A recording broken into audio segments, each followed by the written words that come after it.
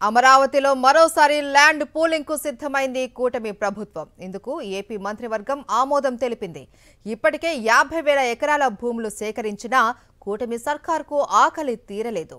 రెండో దశలో భాగంగా మరో 20,494 ఎకరాల భూములు సేకరించేందుకు సిద్ధమైంది. 7 గ్రామాల్లో అసైన్డ్ భూములతో కలిపి వీటిని సేకరించేందుకు త్వరలోనే ల్యాండ్ పూలింగ్ నోటిఫికేషన్ జారీ చేయనుంది సిఆర్డీఏ.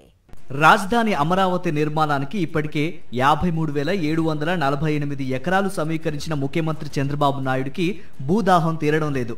రాజధానిలో రెండో విడత 7 గ్రామాల్లో 20,494.57 ఎకరాల భూ సమీకరణకు కేబినెట్ గ్రీన్ సిగ్నల్ ఇచ్చింది. బినామీల భూముల ధరలు పెంచుకోవటం, నిర్మాణ పనుల్లో కమిషన్ల వసూలే అజెండాగా కనిపిస్తోంది. ఇప్పటికే మలివిడతలో తుళ్లూరు, తాడికొండ, అమరావతి, మంగళగిరి మండలాల్లోని 11 గ్రామాల పరిధిలో 44,676.74 ఎకరాల భూమిని సమీకరించే దిశగా అడుగులు వేశారు. గత జూన్ 24న మంత్రివర్గంలో మలివిడత భూ సమీకరణకు ఆమోద ముద్ర వేయించారు. రాజధాని మలివిడత భూ సమీకరణకు గ్రీన్ సిగ్నల్ ఇస్తూ జూలై 1న ల్యాండ్ పూలింగ్ స్కీమ్ 2025 విధి విధానాలు జారీ చేశారు. అయితే మొదటి విడత సమీకరణ కింద 10 ఏళ్ల క్రితం భూములిచ్చిన తమకు అప్పట్లో ఇచ్చిన హామీలు ఇప్పటికీ అమలు చేయలేదని, అభివృద్ధి చేసిన ప్లాట్లు ఇవ్వలేదని రైతులు ఆగ్రహం వ్యక్తం చేశారు.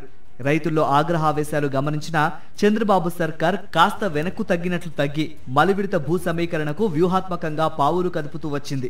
ఇప్పుడు రాజధాని ప్రాంతంలో భూముల ధరలు పెరగాలంటే స్మార్ట్ ఇండస్ట్రీస్ రావాలని, అవి రావాలంటే international greenfield airport, sports city నిర్మించాలని ముఖ్యమంత్రి చంద్రబాబు, పురపాలక మంత్రి నారాయణ పదే పదే చెబుతూ వచ్చారు. వీటి నిర్మాణానికి భూమి అందుబాటులో లేదని వాపోతూ వచ్చారు. రాజధాని 29 గ్రామాలకే పరిమితమైతే అదో చిన్న మున్సిపాలిటీగా మిగిలిపోతుందని, అంతర్జాతీయ ప్రమాణాలతో ప్రపంచ స్థాయి నగరంగా అభివృద్ధి చెందాలంటే మలివిడత భూ సమీకరణ తప్పదంటూ గురువారం రాజధాని రైతులతో సీఎం చంద్రబాబు కుండబద్దలు కొట్టారు. ఇందుకు రైతులు సహకరించకపోతే అమరావతి చిన్న మున్సిపాలిటీగా మిగులుతుందని అన్నారు. ఈ నేపథ్యంలో శుక్రవారం కేబినెట్లో రెండో విడత తుళ్లూరు, అమరావతి మండలాల పరిధిలో వైకుంఠపురం, పెదమద్దూరు, ఎండ్రాయి, కార్లపూడి, వడ్లమాను, హరిశ్చంద్రాపురం, పెద్దపరిమిలో రైతులకు చెందిన 16,666.57 ఎకరాల పట్టా భూమి, మరో 3,828 ఎకరాల ప్రభుత్వ భూమి వెరసి 20,494.57 ఎకరాల భూ సమీకరణకు ఆమోద ముద్ర వేయించారు.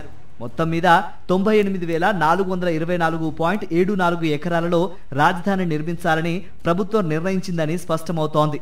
అందుకయ్యే వ్యయాన్ని అప్పుగా తెచ్చి రాష్ట్ర ప్రజలు చెల్లించే పన్నులతోనే తీర్చాల్సి వస్తుందని ఆర్థిక నిపుణులు తెగేసి చెబుతున్నారు. చంద్రబాబు ప్రభుత్వం రాజధాని నిర్మిస్తోందా లేక రియల్ ఎస్టేట్ వెంచర్ వేసి వ్యాపారం చేస్తోందా అని ఆర్థిక రంగ నిపుణులు ప్రశ్నిస్తున్నారు. 2-3 దశల్లో సమీకరించే భూముల్లో రాజధాని నిర్మాణానికి మరో 3 లక్షల కోట్ల రూపాయలు అవసరం ఉంటుందని, ఇదంతా అప్పుగా తేవాల్సిందే. ఈ భారం అంతా ప్రజలపై తప్పదంటున్నారు ఆర్థిక రంగ నిపుణులు. ఇప్పటికే సమీకరించిన భూమిలో రాజధాని నిర్మాణంపై దృష్టి సారించకుండా మలివిడత భూ సమీకరణకు సిద్ధమవటం ఏమిటని నిలదీస్తున్నారు.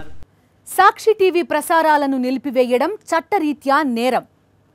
సాక్షి టీవీ ప్రసారాల కోసం మీ స్థానిక కేబుల్ ఆపరేటర్ని వెంటనే సంప్రదించండి. DTHలో, ఇంటర్నెట్లో కూడా సాక్షి టీవీ ప్రసారాలను వీక్షించవచ్చు.